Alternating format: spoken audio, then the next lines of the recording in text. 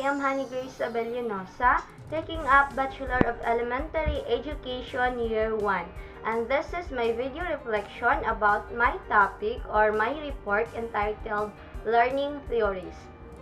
Learning theories are an organized set of principles explain how individuals acquire, retain, and recall knowledge.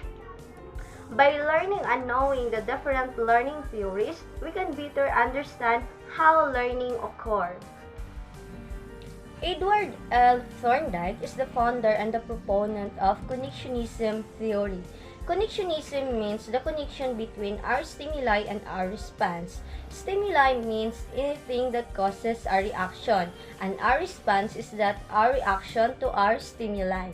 So like for example, if we accidentally put our hands in the hot stove, as a result, we move away our hands because we feel the heat. So the stimuli is the hot stove and our response is our reaction to our stimuli. That is, we move away our hands.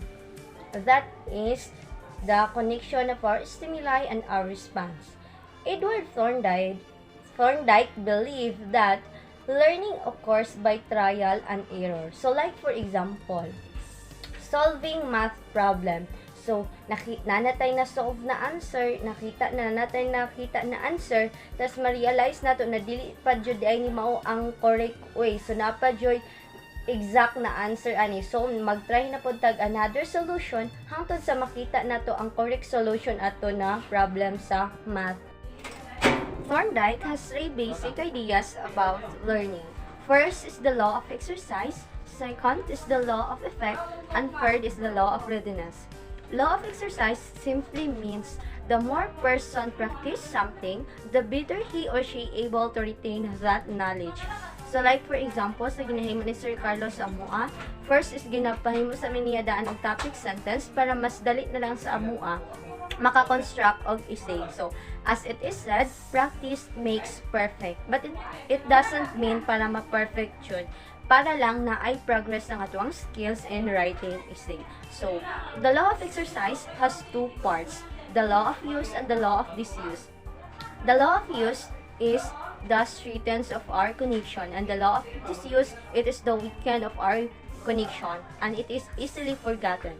So the teacher must use the law of use so that the learning of the students is an everlasting. While when the teacher uses the law of disuse, the knowledge that the children can get from her teacher is easily forgotten or weakened. The law of effect use punishment and reinforcement or rewards. So like for example, if the students participate the teacher during the discussion, the students can get reward or reinforcement. Like for example, the students can get additional 5 points or 10 points or maybe candy. And when the students is not participate the discussion of the teacher, the students can get punishment like sitting on the air. Pero dili na siya pwede karon kay nanatay child friendly. So, possible kung buhaton pa na ni teacher, pwede siya mapatolfo. And the last one is the law of readiness. The law of readiness states that when one is ready to act or prepared to act, he or she can get a reward and not punishment. So, when one is not ready to act, he or she can get a punishment.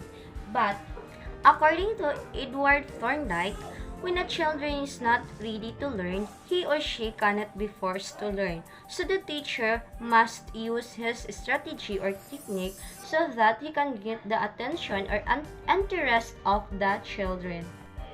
In 1932, Thorndike revised the law of effect and the law of exercise because the researcher did not support him, as the researcher showed that this is not the case that the students can learn. So, Edward Thorndike revised the law of effect and the exercise, and he realized that there is another way so that the students can learn, and this is the rewards.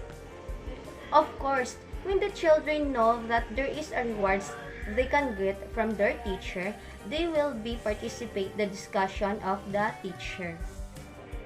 We all know that rewarding is not applicable all the time. It can be used when there's a demonstration. So there are many ways, strategies, and techniques so that the students will participate in the discussion. So like for example, we can give a verbal praise to our students like for example, good job, nice answer, amazing answer. So with that, the students are motivated to participate the discussion of the teacher.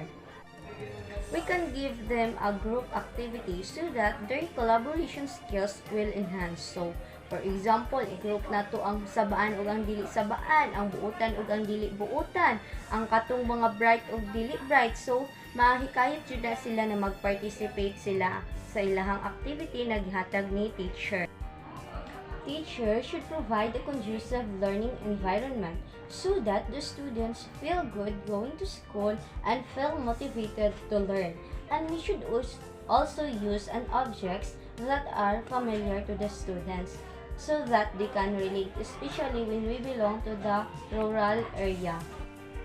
As a teacher, we must deal with our students emotionally. So we should talk to them.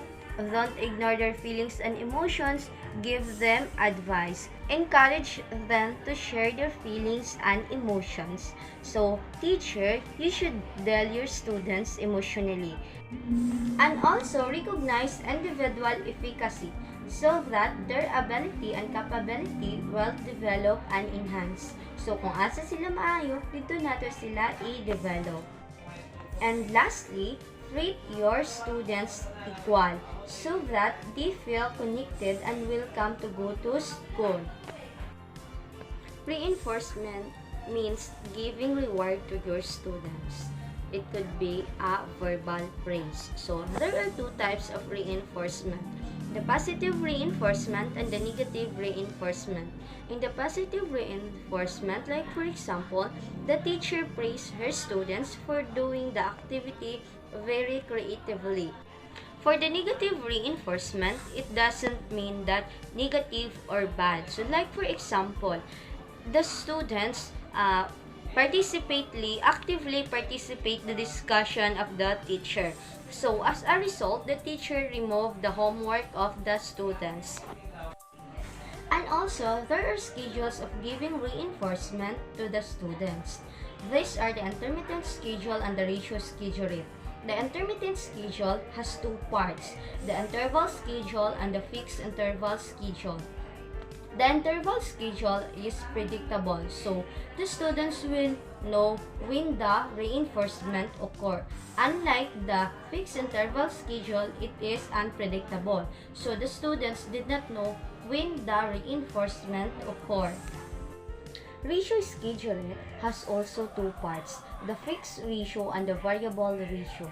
The fixed ratio, the students can get reinforcement every 10th response. And variable ratio, the students can get reinforcement every 5th correct response.